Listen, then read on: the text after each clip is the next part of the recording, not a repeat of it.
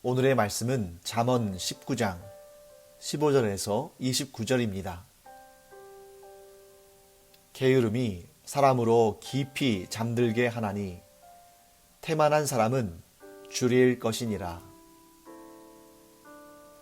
계명을 지키는 자는 자기의 영혼을 지키거니와 자기의 행실을 삼가지 아니하는 자는 죽으리라. 가난한 자를 불쌍히 여기는 것은 여호와께 꾸어드리는 것이니 그의 선행을 그에게 갚아 주시리라. 내가 내 아들에게 희망이 있은즉 그를 징계하되 죽일 마음은 두지 말지니라. 노하기를 맹렬히 하는 자는 벌을 받을 것이라. 내가 그를 건져주면 다시 그런 일이 생기리라. 너는 권고를 들으며 훈계를 받으라. 그리하면 내가 필경은 지혜롭게 되리라. 사람의 마음에는 많은 계획이 있어도 오직 여호와의 뜻만이 완전히 서리라. 사람은 자기의 인자함으로 남에게 사모함을 받느니라. 가난한 자는 거짓말하는 자보다 나으니라. 여호와를 경외하는 것은 사람으로 생명에 이르게 하는 것이라. 경외하는 자는 족하게 지내고 재앙을 당하지 아니하느니라. 게으른 자는 자기의 손을 그릇에 넣고서도 입으로 올리기를 괴로워하느니라. 거만한 자를 때리라. 그리하면 어리석은 자도 지혜를 얻으리라. 명철한 자를 견책하라. 그리하면 그가 지식을 얻으리라. 아비를 구박하고 어미를 쫓아내는 자는 부끄러움을 끼치며 능욕을 부르는 자식이니라. 내 아들아, 지식의 말씀에서 떠나게 하는 교훈을 듣지 말지니라.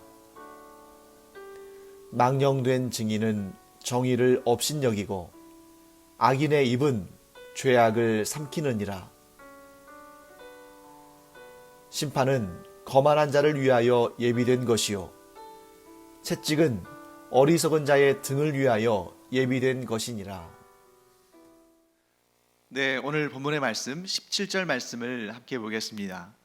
가난한 자를 불쌍히 여기는 것은 여호와께 꾸어 드리는 것이니 그의 선행을 그에게 갚아 주시리라.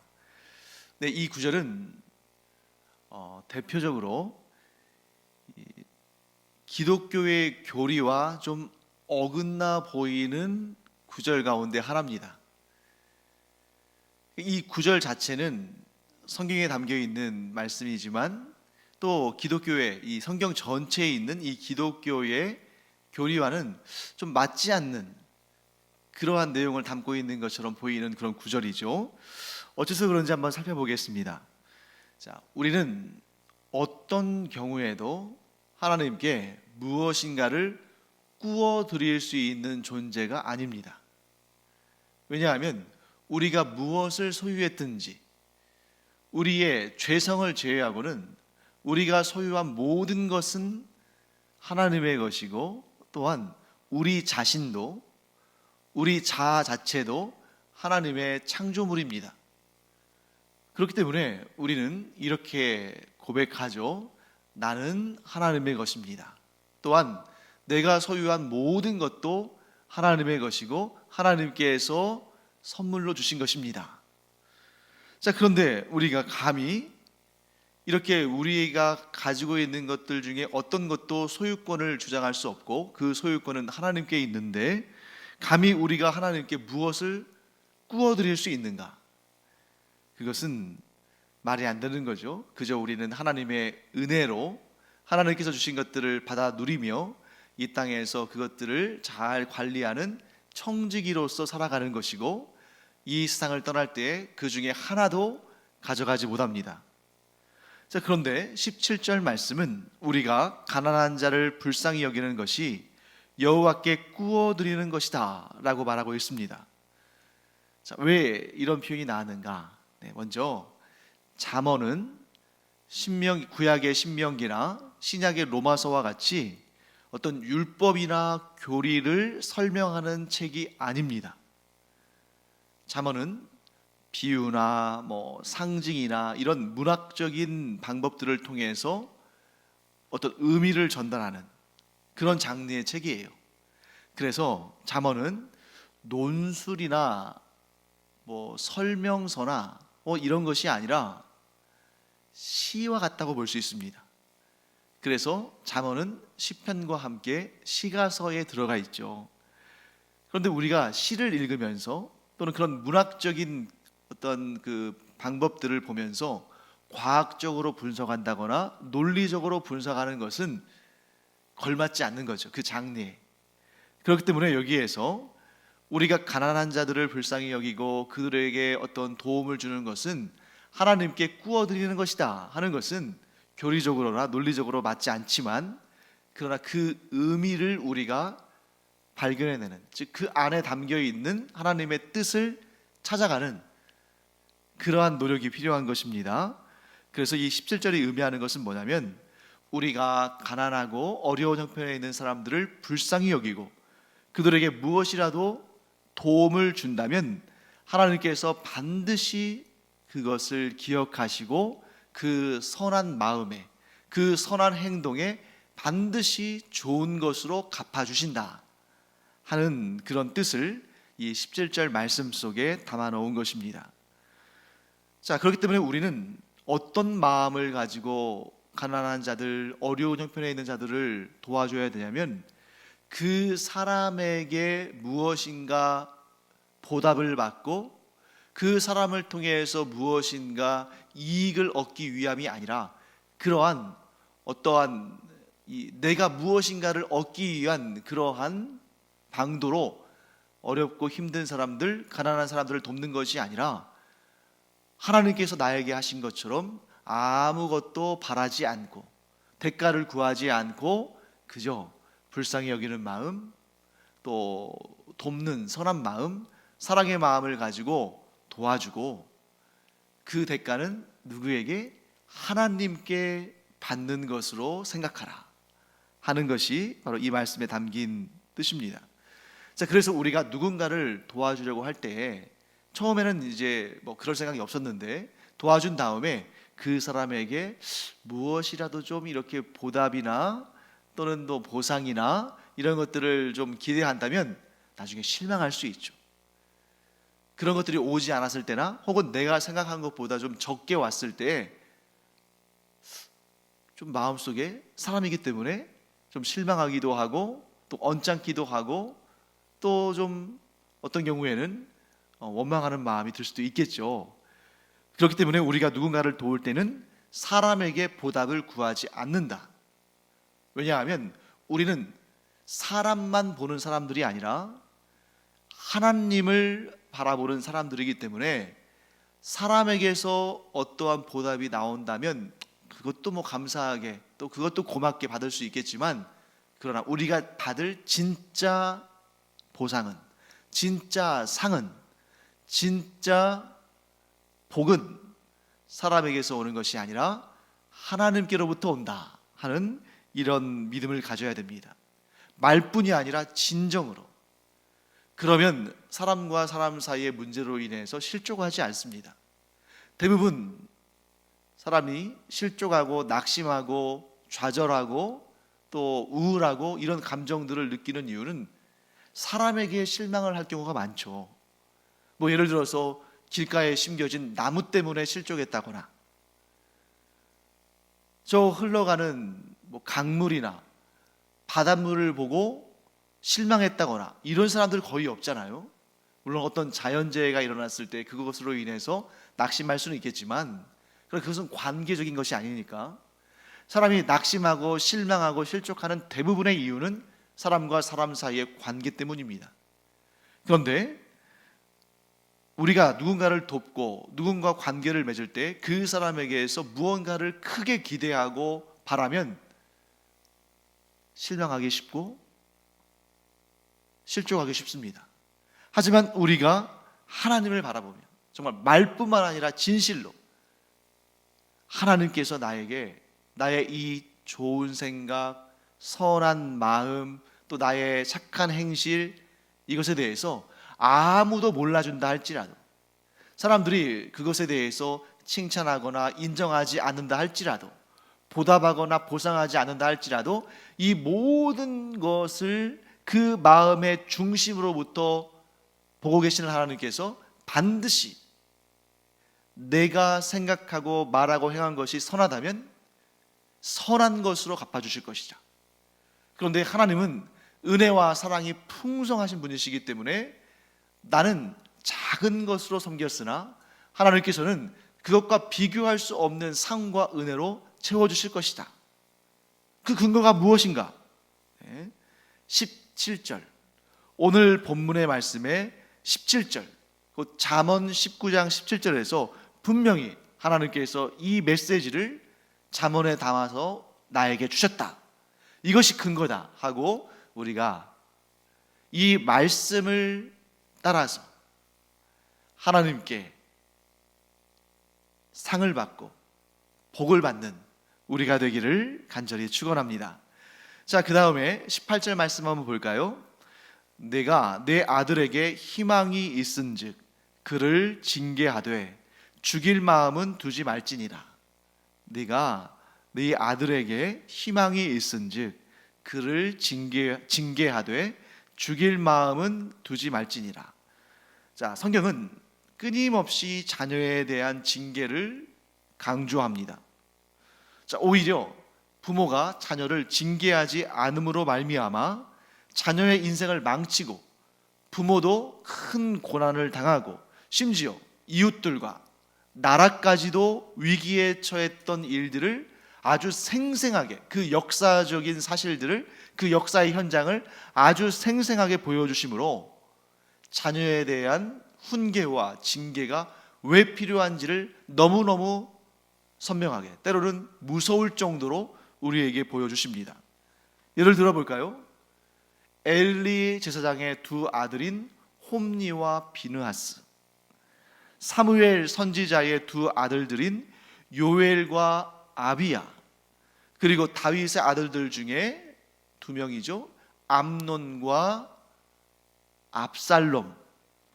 자, 이러한 아들들은 어떤 특징이 있냐면 그들이 분명히 잘못하고, 즉 잘못된 길로 갔음에도 불구하고 그의 부모가 그를 훈계하지도 징계하지도 않았다 하는 것입니다.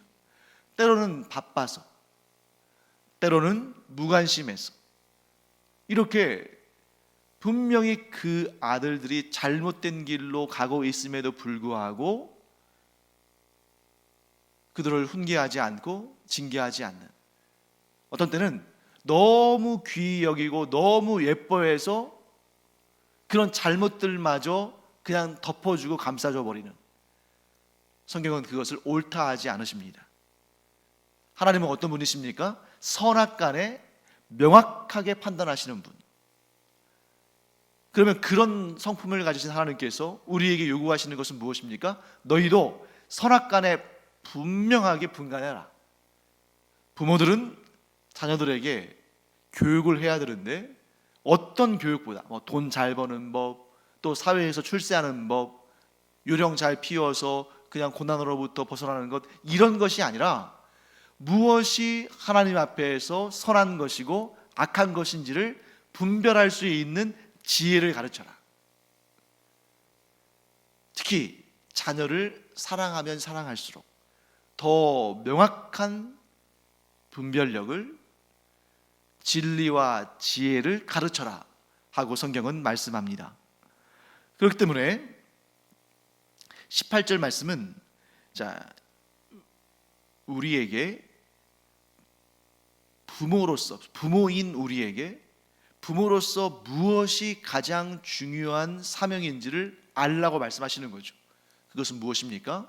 너희의 자녀를, 너희의 후손을 하나님을 경외하며 하나님께서 좋아하시는 것은 좋아하고 하나님께서 싫어하시는 것은 싫어하는 그런 명확한 판단력을 가진 지혜 있는 자로 양육하라.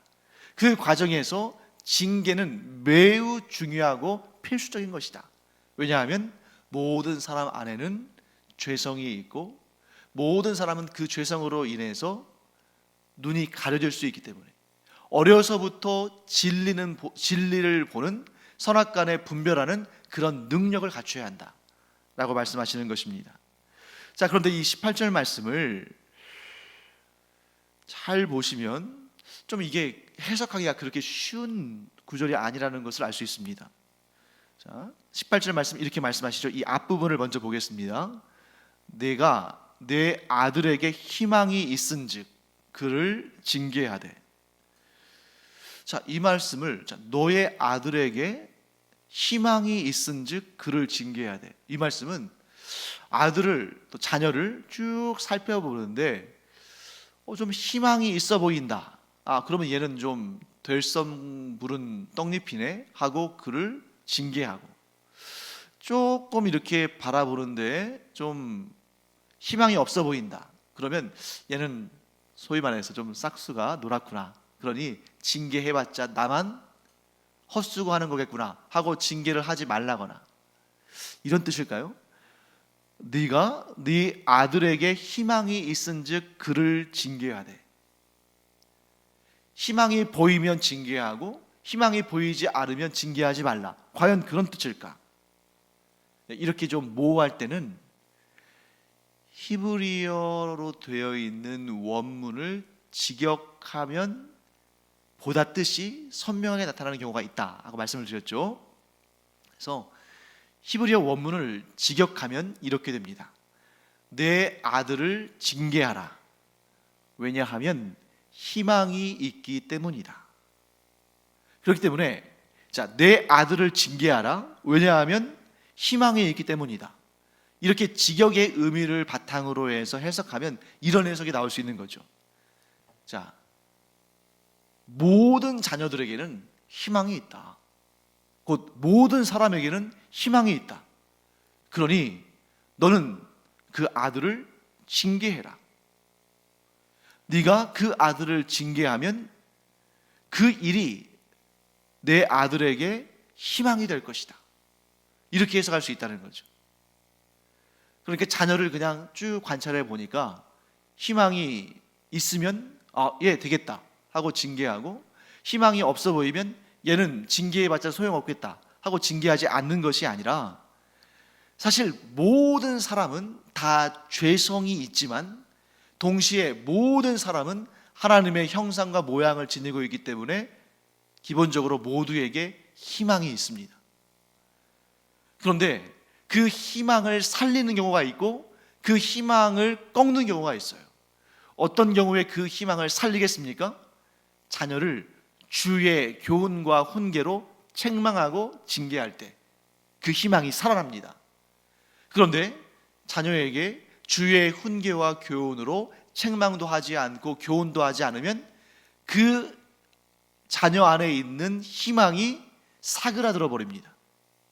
그런데 이 일은 자녀가 자기 스스로 원해서 부모에게 저를 제발 좀 훈계해 주시고 징계해 주십시오, 이렇게 요구하는 경우는 없다는 거죠.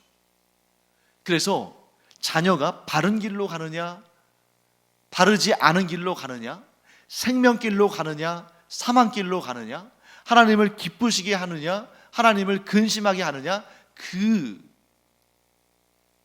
일이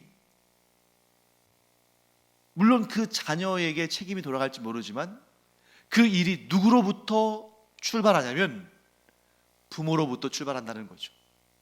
부모가 그 자녀가 어렸을 때부터 주의 교훈과 훈계로 책망하고 징계하면 그 안에 있는 희망의 씨앗이 자라나면서 크고 좋은 나무가 되고 아름답고 복된 결실을 하는데, 부모가 이 사명, 부모의 사명, 곧 주의 교훈과 훈계로 양육하고 징계하는 이 사명을 게을리하거나 혹은 하지 않으면 그 희망의 싹을 부모가 꺾어버리는 것이다. 하고 말씀하는 것입니다. 그래서 이렇게 결론 내릴 수 있습니다. 문제는 자녀가 아니라 부모에게 있다. 문제는 자녀가 아닌 부모에게 있는 것이다. 그 부모가 자녀가 어렸을 때부터 어떻게 그 자녀를 양육할 것인가, 교육할 것인가, 그것에 따라서 그 자녀가 희망이 있는 사람이 되기도 하고 희망이 없는 사람이 되기도 하는 것입니다. 그러므로 지금도 마찬가지입니다. 어느 정도 나이가 든 자녀라 할지라도 아직 늦지 않은 거예요. 그래서 지금 우리의 자녀가 예를 들어서 신앙생활도 하지 않고 부모의 근심이 되고 문제가 된다 할지라도 지금이라도 어떻게 하는 것입니까? 주의 교훈과 훈계를 전하고 그를 징계할 수 있다면 아직은 희망이 있는 것이다. 따라서 부모는 자녀의 미래가 희망찬 미래가 되게 하는데 책임이 있습니다. 그런데 항상 책임만 있으면 참 그게 하기 힘들죠. 고통스러운 일입니다. 그래서 하나님께서는 그 자녀를 잘 양육한 부모에게 그 자녀가 그 부모의 영광의 면류관이 되게 하십니다. 그러니까 이 자녀를 주의 교훈과 훈계로 양육하고 책망하고 징계하는 것이 참 힘든 일이지만, 그러나 그것이 힘든 일이기 때문에 그것이 가져다주는 열매는 더욱 달고, 그것이 어려운 일이기 때문에 그것이 가져다주는 결과는 영광의 면류관이다 하고 성경은 말씀하시는 것입니다. 자, 그런데 한 가지를 더 살펴봐야죠. 왜냐하면 이 말씀이 거기서 끝나는 게 아니니까. 자, 뒤에 이 18절 말씀의 뒷부분이 어떻게 됩니까? 자, 내가 내 아들에게 희망이 있은즉 그를 징계하되 한 다음에 그 다음에 죽일 마음은 두지 말지니라. 자, 우리는 평소에는 얼마 전까지만 하더라도 야, 부모가 자녀를 얼마나 사랑하는데 설마 부모가 무슨 자녀를 죽일 마음을 갖겠나 하는 그런 생각을 하는 그런 시대를 살았습니다만, 요즘에는 이 말씀이 정말 와 닿습니다. 왜냐하면 요즘에 최근 들어서 매스컴에서 가장 자주 등장하는 사건 중에 하나가 뭐냐면 부모가 자녀를 학대하는 거죠. 근데 그 학대가 뭐 좀 회초리 좀 때리고 종아리 좀 뭐 때리고 또 좀 쥐어박기도 하고 그러면서 훈계하는 그런 차원이 아니라 자녀를 죽이는 그런 너무 흉악한 그런 범죄들이 너무 일상적으로 매스컴에 보도가 되니까 야, 정말 사람의 죄성이 얼마나 더럽고 취약한 것인가 하는 것을 알게 됩니다. 그런데 그런 일들이 왜 일어났을까요? 자기의 분노를 절제하지 못해서 그런 거죠. 분노를 절제하지 못하면 자기 자식이라도 죽이는 경우가 발생하는 겁니다. 그런데 저는 여기에서 한 가지를 더 짚어봐야 한다는 생각이 듭니다. 우리 그리스도인들 지금 더군다나 이렇게 매일 예배를 드리면서 하나님 말씀을 공부하는 여러분 가운데는 자녀뿐만 아니라 좀 보기 싫은 사람이라 할지라도, 우리의 마음에 좀 싫은 사람이라 할지라도 죽일 마음 없을 거예요. 그런 마음은 분명히 없을 겁니다. 그런데 그 정도까지는 가지 않는다 할지라도 우리도 자유롭지 못한 부분이 하나 있는데, 그것은 뭐냐면 분노를 절제하는 일은 쉬운 일이 아니다. 특히 내가 중요한 가치라고 생각하는 것이면 것일수록, 그러니까 내가 별로 중요하지 않다고 여기는 것들은 그냥 모른 척하고 넘어갈 수도 있습니다. 그런데 내가 중요하다고 여기는 가치일수록, 예를 들면 지금 이 18절 말씀을 우리가 지금 공부하고 있으니까요, 그 예를 들면 자녀를 하나님의 말씀대로 하나님의 뜻대로 양육하고 그들을 지도하는 것이 나에게는 가장 중요한 사명이고 가장 중요한 가치다, 이렇게 생각하는 사람에게 있어서는 자녀가, 그 부모가 열심히 하나님의 말씀으로 훈계하고 또 교육하고 양육하는데 그 말씀을 듣지도 않고 오히려 반발하고 또 부모가 가르친 것들과 정반대로 행하고, 그런데 그것이 한두 번도 아니고 계속 그렇게 되면 내가 중요하게 여기는 가치이기 때문에 그만큼 더 분노가 치밀어 오르는 것입니다. 그래서 우리가 주의할 부분은 뭐냐면, 내가 중요하게 여기는 일이 공격을 받았을 때, 내가 정말 소중하게 여기는 가치가 침해를 당했을 때, 내가 정말 바라고 원하는 일이 막히고 좌절됐을 때, 그때 우리 안에 분노가 생기는데 그 분노는 걷잡을 수 없이 커질 수 있다.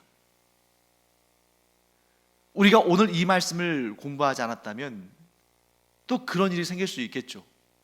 내가 정말 소중하게 여기는 가치이고 내가 정말 소중하게 여기는 일이기 때문에 그것에 문제가 생겼을 때 막 분노가 불일 듯 할 수 있습니다.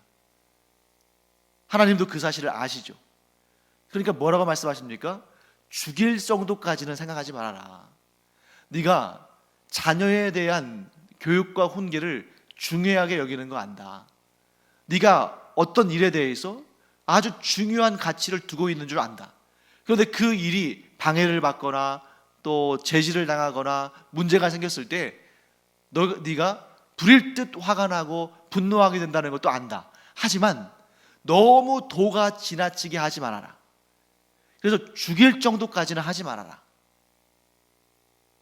만약에 네가 그 중요한 가치 때문에 그 가치를 지키기 위해서 누군가를 보복하고 죽인다면 그것을 좋은 것을 하려다가 가장 악한 일을 하게 되고 그것은 돌이킬 수 없는 일이다. 사랑하는 성도 여러분, 좋은 일에도 절제가 필요하다라는 교훈을 오늘 우리가 얻습니다. 자녀를 양육하는 문제 아주 중요한 일이죠. 가장 중요한 일들 가운데 하나입니다. 그러나 그것도 열심히 하고 최선을 다할 뿐 우리의 자녀의 인생을 우리가 내 마음대로 만들 수는 없습니다. 그래서 거기에 가서 너무 중요한 일이니까 막 분노를 막 쏟아내면서 정말 죽이고 싶은 마음까지 이렇게 날 수도 있는데, 그렇게 하지 말고 그 감정을, 그 분노를 절제해라. 그러면 그 감정과 그 분노를 내가 중요하게 여기는, 가장 중요하게 여기는 그 가치가 침해됐을 때 그 분노를, 그 감정을 절제할 수 있는 비결은 무엇인가? 단 하나입니다. 그것은 모든 결과는 하나님께 맡긴다. 나는 최선을 다하되 그 결과는 하나님께 맡긴다. 이런 마음이 있어야 우리가 극단으로 치닫지 않습니다. 적절한 선에서 멈추고 절제할 수 있습니다. 이걸 내가 다 책임지려고 하면, 그런 부담감과 그런 의무감에 짓눌리면 우리의 감정이, 우리의 분노가 어떻게 폭발할지 아무도 알지 못합니다. 나도 나를 모르는 거예요. 중요하게 여기는 일일수록. 하지만 나는 내 능력과 이러한 상황 안에서 최선을 다할 뿐 그 결과는 하나님께서 맡으시는 것이다. 이런 마음 가질 때 우리가 적절한 선에서 절제할 수 있다 하는 것을 깨닫게 됩니다. 사실 저부터도 쉽지 않은 일이에요. 저도 마찬가지입니다. 제가 중요하게 여기는 일일수록, 그러니까 평소에는 온유하고 참아 넘기고 오래 참고 여유롭게 대하고 편하게 말하지만, 내가 정말 중요하게 여기는 그 가치가 침해당하거나 문제가 생기거나 그럴 때는 잘 참지를 못하는 거죠. 분노가 치밀어 오르는 것입니다. 감정을 절제하지 못하는 겁니다. 그런데 저부터도 그렇고 여러분도 마찬가지고, 충분히 그럴 가능성이 있고 하나님도 그것을 아시지만 우리에게 이렇게 말씀하십니다. 절제할 수 있어야 된다. 사랑하는 성도 여러분, 좋은 일에 있어서도 절제할 줄 아는, 우리의 열심도 어느 정도는 절제할 줄 아는, 그래서 나는 내 능력과 상황 안에서 최선을 다하지만 그 결과는 하나님께 맡긴다 하는 마음으로 우리가 좀 여유를 갖는 그런 삶을 살기를 축원합니다. 기도하겠습니다. 하나님, 주님의 은혜를 감사드립니다. 자녀 교육이 얼마나 중요한 것인지를 알기 때문에 저희들이 마음이 때로는 조급해지고, 그래서 어떤 때는 내 뜻대로 되지 않을 때에 진노하고 분노가 치밀어 오르고 또 절제하기 힘들 때가 있는 것을 솔직히 고백합니다. 하나님, 그러나 저희가 결과까지 책임지려 하다가는 그 부담감 속에 지쳐 쓰러질 수밖에 없습니다. 저희가 할 수 있는 한 최선을 다하되 모든 결과는 하나님께 맡겨드리는 그러한 지혜로운 자들 되게 하여 주시옵소서. 감사드리며 예수님의 이름으로 축복하며 기도합니다. 아멘.